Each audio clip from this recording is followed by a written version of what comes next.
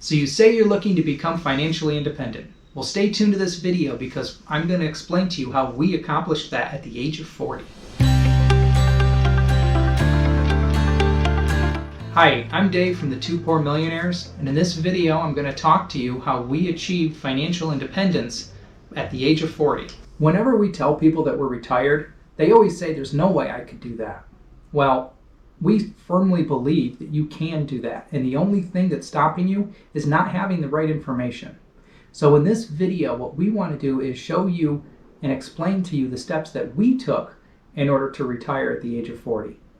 Before I get into the details of the steps that we took in order to retire at 40, I want to explain exactly what we mean by retirement. And sometimes when you think of retirement, you think of your grandparents sitting around watching The Price is Right or Days of Our Lives, but that's really not what we mean when we say retirement.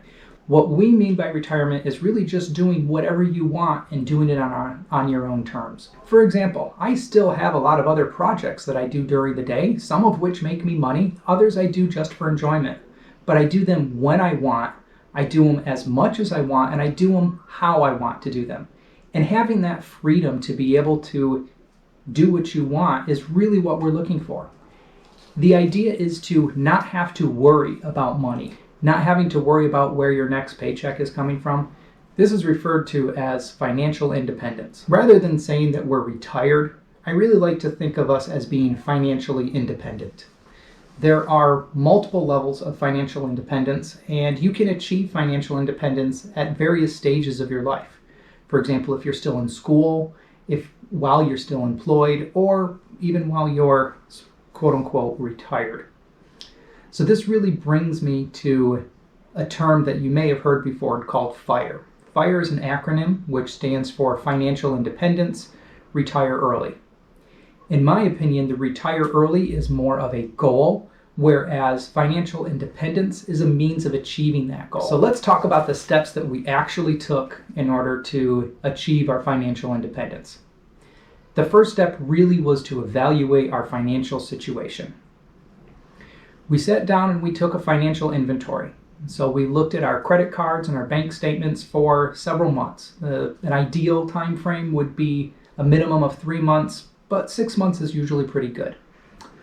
We then made a spreadsheet with all of our past expenses. We looked at expenses that happen weekly, monthly, quarterly, semi-annually, like every 6 months, or even annually.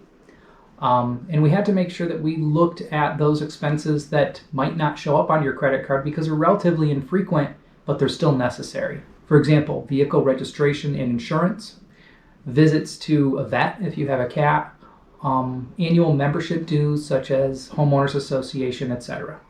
Having gathered all that information, we then looked to see what our average monthly spending was in each one of these various categories. Once we had a better idea of what our financial situation was like, we needed to compare that to our income.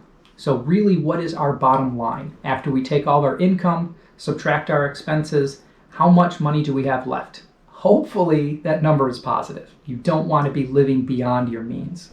After completing the financial inventory, we looked around in our budget to see places where we could save money. And this is a big part of achieving that financial independence. Some examples of things that we did were we moved closer to work. That helps you save on gas and wear and tear on your car. We did energy savings improvements to our home. We got a solar water heater. We bought an energy efficient heat pump. We started cooking at home instead of going out to eat so often. We also brewed our own coffee rather than going to Starbucks. We paid down certain debts. We didn't pay down every debt because not all debt is bad debt. There is such a thing as good debt sometimes. We also looked at increasing our 401k contributions. While that might sound like it's an expense, in reality, when you contribute to certain types of 401ks or IRAs, you can end up lowering your tax burden. There's also a lot of other things that we did, and we're going to talk about those in more videos coming up. Once we found areas in our budget that we could reduce, we then had more money that we could save. So the first thing and the most important thing to start saving is to make sure you have an emergency fund. Now this emergency fund should be equivalent to about 3 to 6 months of your expenses. Now that's very important so that you have financial stability in the event that you are laid off. After having built up our emergency savings, we then started to invest all of our money. And when I say all of our money, I mean every extra penny in our budget. I like to think of every dollar that we have as almost like an employee. If you have a dollar that's sitting into a low yield savings account or a checking account, that dollar is like a worker that's sitting around not doing anything for you. Whereas if you put that money instead into a smart investment, then that employee is being productive and they're working for you and they're actually making you money. We focus on long-term investments. The internet is filled with a bunch of stories of people trying and failing to find the next best thing, that try to get rich quick scheme. And anyone can make a video say, hey, I invested in this particular stock on this particular date and now I've multiplied my money by 100x. Well, they can say that, and of course it's always easy to go back in time and say, I should have invested in this stock on this date, but hindsight is always 20/20. And I'm here to tell you that the get rich quick way of making money doesn't really work. In fact, I prefer the get rich slow approach. In general, I like to think that slow and steady wins the race. After several years of investing, it was time for us to determine whether or not we could actually retire. To do that, we had to answer the question, when is enough enough? Do we have enough money to quit our jobs? And unfortunately, there's a lot of unknowns involved with this step. We need to project what our future expenses are going to be. We needed to account for inflation. We needed to guess at what our future returns in the market would be like. And in our case, we even decided to move to a foreign country. We found that by doing so, we could drastically reduce our expenses, and we could also be more insulated from US inflation. In the past couple of years in the US, inflation has skyrocketed, but we've mostly been able to avoid that. However, moving to another country certainly comes with its own challenges, and we'll talk about that in future videos.